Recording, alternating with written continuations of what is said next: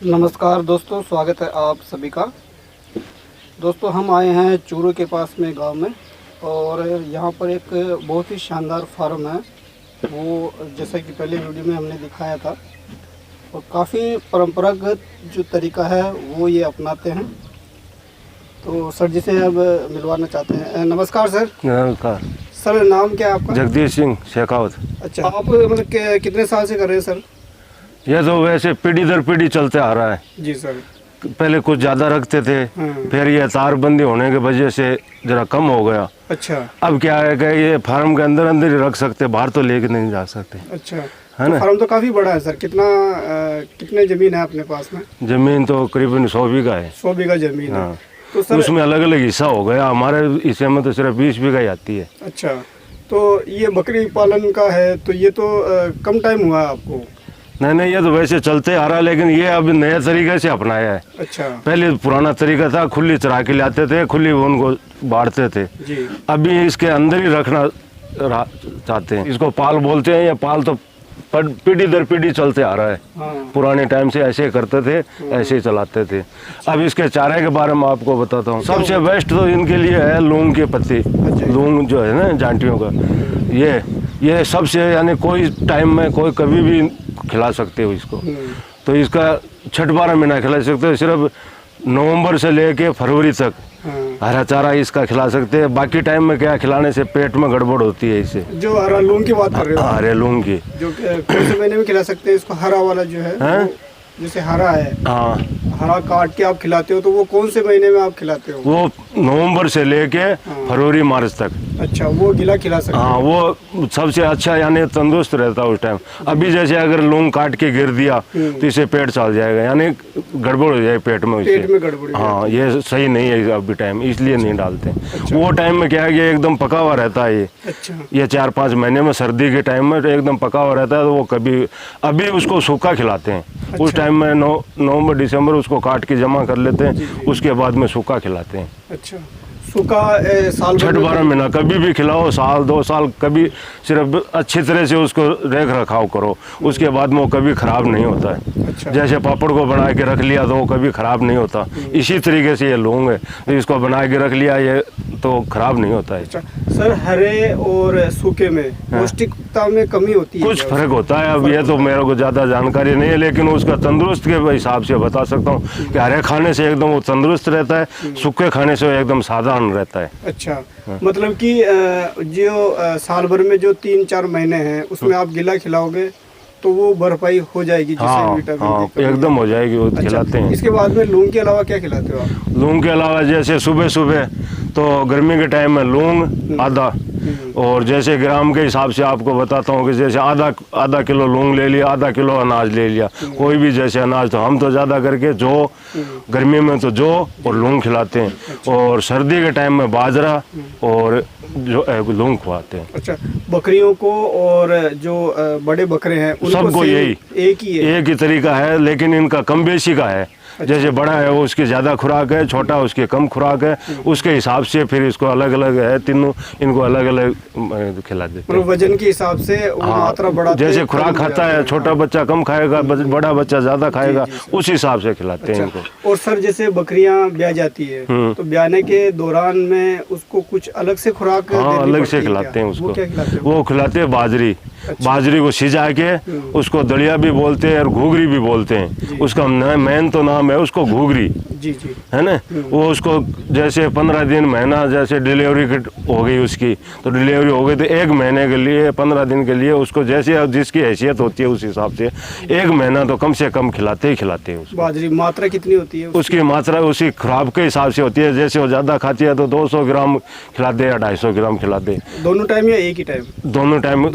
10 दिन उसको दोनों टाइम खिलाते हैं, 10-15 दिन के बाद में उसको 1 टाइम कर देते हैं। तो सर, उसमें सूखा ही मिलाते हो या सूखा ही खिलाते हो या और भी कुछ चीजें उसके अंदर कोई मिलाए कोई नहीं मिलाए, कुछ मात्रा में नमक जरूर देते हैं, उसके अलावा कुछ नहीं देते। अच्छा। सिर्फ उसको उबाल के खिलाना पड़ता है। सर, मैंने कई बार देखा भी है, सुना भी है, जैसे जो गुड़ होता है गुड़ का तो पानी पिलाया जाता है। पानी पिलाया जाता है। हाँ, गुड़ का तो पानी पिलाया, जैसे थकावट वगैरह है ना, तो वो ज़्यादा दिन नहीं चलता। वो गाय भैंसों के लिए, बड़े जानवरों के लिए है, ये बकरियों के लिए गुड़ का ज़्यादा इस्तेमाल गर्म हो जाता है। अच्छा, ये गुड़ है ना, तो ज़्यादा गर्म हो जाता है, इसलिए फिर बाद में दिक्कत हो जाती है वो अच्छा, बकरी के लिए सही नहीं है। और हरा चारा कब खिलाते हैं आप?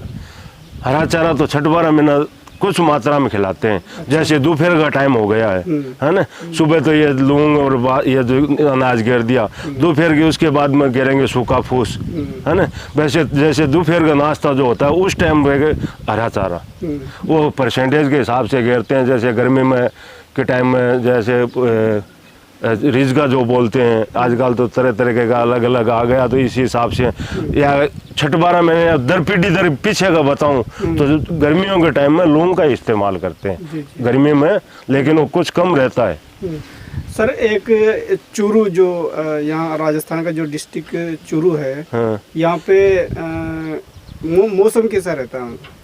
मौसम तो यहाँ का वैसे देखा जाए तो यहाँ कोई आगे बसना नहीं चाहता, क्योंकि यहाँ का तीनों मौसम में अलग अलग सिस्टम है। जैसे बोलते हैं ना 3 बहार, तो तीनों बहार का यहाँ अलग अलग सिस्टम है।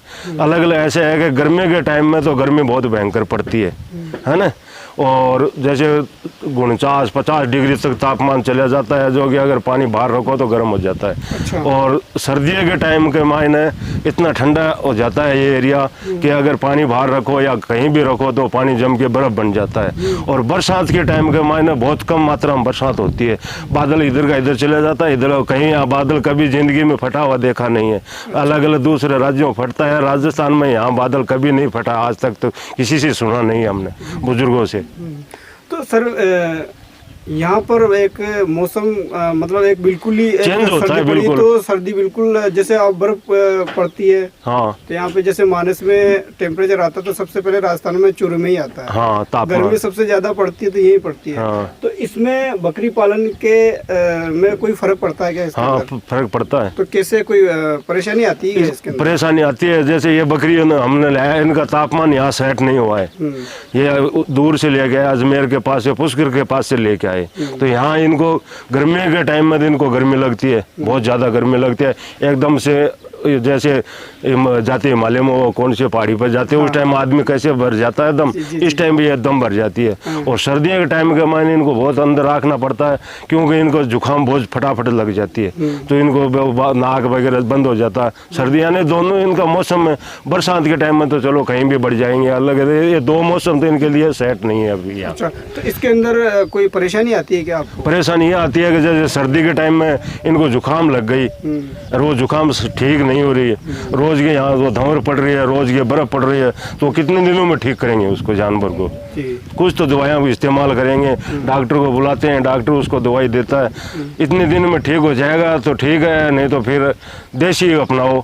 देसी बोले तो उसको फिर गर्म घूगरी खिलाओ बाजरे की, उसको फिर गर्म लौंग को उबाल के वो खिलाओ। लौंग को उबालने के बाद में गर्म हो जाता है। अच्छा, बहुत, तो वो खिलाओ, उसको उबाल के वापिस सुखा के वो खिलाओ लौंग को, है ना। अच्छा। वो खिलाओ, तो वो खिलाने से उसको क्या पेट में जरा गर्माई आएगी, तो उसकी सर्दी जुकाम बाहर चली जाएगी। अच्छा, ये तरीका है। और गर्मियों में? गर्मियों में तो ठंड में रखना पड़ता है ज़्यादा करके। तो इसलिए आपने ये बनाया है क्या सर?